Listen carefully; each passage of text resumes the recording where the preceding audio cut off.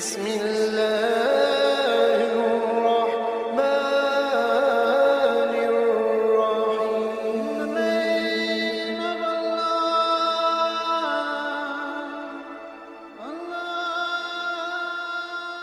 الرحيم بسم اللہ الرحمن الرحیم۔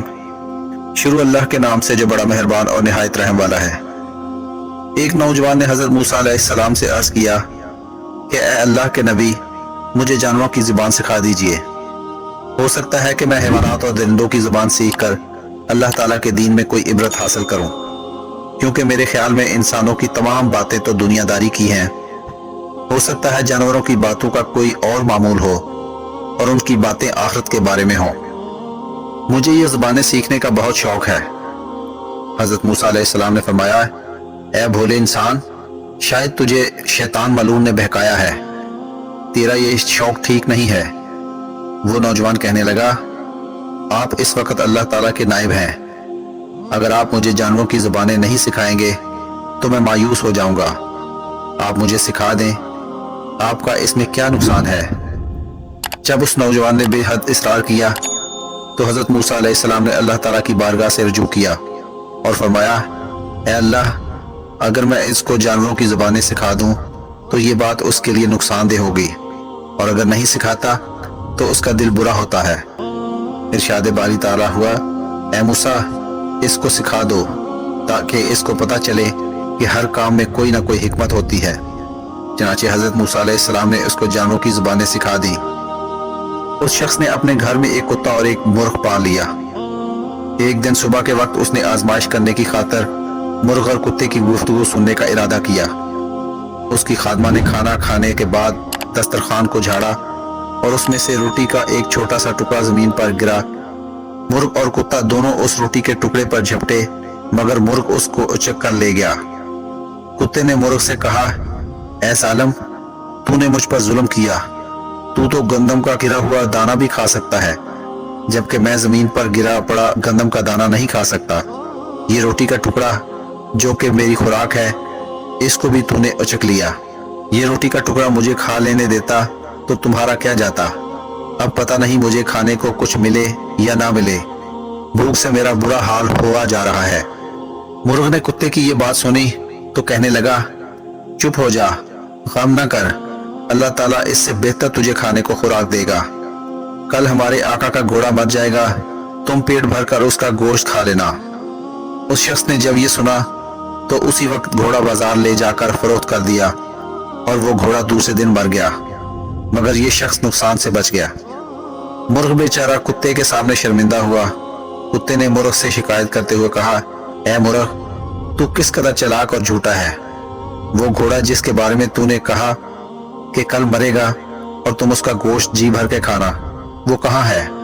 مرغ بولا، میں جھوٹ نہیں کہتا تھا، ہمارے آقا نے اپنا گھوڑا دوسری جگہ فروخت کر دیا اور وہ وہاں جا کر مر گیا۔ اس طرح ہمارا آقا نقصان سے بچ گیا اور اس نے اپنی بلا دوسروں کے ساتھ ڈال دی، لیکن کل ہمارے آقا کا خچر مرے گا اور تمہاری عید ہو جائے گی، پیٹ بھر کے خچر کا گوشت کھا لینا۔ اس شخص نے مرغ کی یہ بات سنی تو فوراً خچر کو بھی فروخت کر دیا اور اس طرح اس نقصان سے بھی بچ گیا۔ اگلے دن کتے نے مرغ سے شکوہ کرتے ہوئے کہا، اے جھوٹوں کے سردار، تو آخر کب تک جھوٹ بولے گا؟ مرغ کہنے لگا، فکر نہ کر، کل ہمارے آقا کا غلام بیمار پڑے گا اور رات کو مر جائے گا، اس کے رشتہ دار اس کے مرنے پر کتوں اور مانگنے والوں کو روٹیاں دیں گے، تجھے بھی کچھ نہ کچھ کھانے کو مل ہی جائے گا۔ جب اس شخص نے یہ سنا تو اسی وقت غلام کو فروخت کر دیا اور نقصان سے بچ گیا۔ دل میں بڑا خوش ہوتا تھا اور اٹکیلیاں کرتا تھا کہ میں تھوڑے ہی دنوں میں 3 بڑے نقصانات سے بچ گیا۔ جب سے میں نے جانوروں کی بولیاں سیکھی ہیں، مجھے تو فائدہ ہی فائدہ ہو رہا ہے۔ جب اگلا دن آیا تو کتے نے پھر مرغ سے کہا، اے بکواسی مرغ، تیرے پاس جھوٹ کے علاوہ بھی کوئی بات ہے؟ مرغ کہنے لگا، جھوٹ بولنا ہماری خصلت میں نہیں ہے، ہم مرغے تو مؤذن کی طرح سچ بولتے ہیں۔ ہمارے آقا کا غلام مر تو گیا لیکن خریدار کے پاس جا کر مرا اور نقصان خریدار کو ہوا، لیکن ہمارا آقا ہے بڑا بیوقوف جو اپنی بلا دوسروں کے سر ڈال رہا ہے۔ اس نے گھوڑا فروخت کر دیا اور وہ گھوڑا خریدار کے پاس جا کر مر گیا۔ پھر اس نے خچر کو بھی بیچ ڈالا اور وہ بھی خریدار کے گھر جا کر مر گیا۔ اسی طرح اس نے اپنا مال بچا لیا، حالانکہ ایک نقصان بہت سے نقصانات کا دفعہ ہوتا ہے۔ اگر آقا کا گھوڑا اور خچر اسی گھر میں مرتے تو ہمارے آقا کی جان کا فدیہ ہوتے، کیونکہ مال اگر انسان کی جان پر قربان ہو جائے تو وہ نقصان نہیں ہے بلکہ نفع ہی نفع ہے، لیکن ہمارے آقا نے اپنی جان پر بلا ڈال کر اپنے مال کو بچایا اور سخت گھاٹے کا سودا کیا ہے۔ اب میں تمہیں ایک اور سچی بات بتاتا ہوں کہ کل کو یقیناً ہمارا آقا خود مر جائے گا، اور اس کے غم میں جو لوگ اکٹھے ہوں گے گھر والے ان کے لیے گائے ذبح کریں گے اور طرح طرح کے لذیذ کھانے پکائیں گے، اس میں تمہیں بھی کچھ کھانے کو مل جائے گا۔ اس شخص نے جب یہ سنا تو انتہائی تیزی سے دوڑتا ہوا حضرت موسیٰ علیہ السلام کے پاس آیا۔ خوف کی وجہ سے اس کے چہرے کی رنگت اڑی ہوئی تھی۔ کہنے لگا، اے اللہ کے پیغمبر، میری مدد فرمائیں، بے شک مجھ سے غلطی ہو گئی جو میں نے جانوروں کی بولیاں سیکھنے کا اصرار کیا۔ میں آپ سے معافی مانگتا ہوں، مجھے موت کے منہ میں جانے سے بچا لیں۔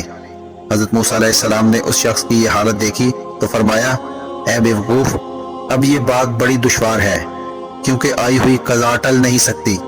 میں نے تو اس قضا کو اسی دن دیکھ لیا تھا جو تجھ پر آج نازل ہوئی ہے، لہٰذا اب کچھ بھی نہیں ہو سکتا، تمہاری موت واقع ہونا اٹل ہے۔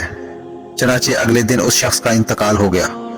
دوستو، آج کی ویڈیو اچھی لگی ہو تو چینل کو سبسکرائب ضرور کیجیے گا۔ اللہ تعالیٰ آپ کا حامی و ناصر ہو۔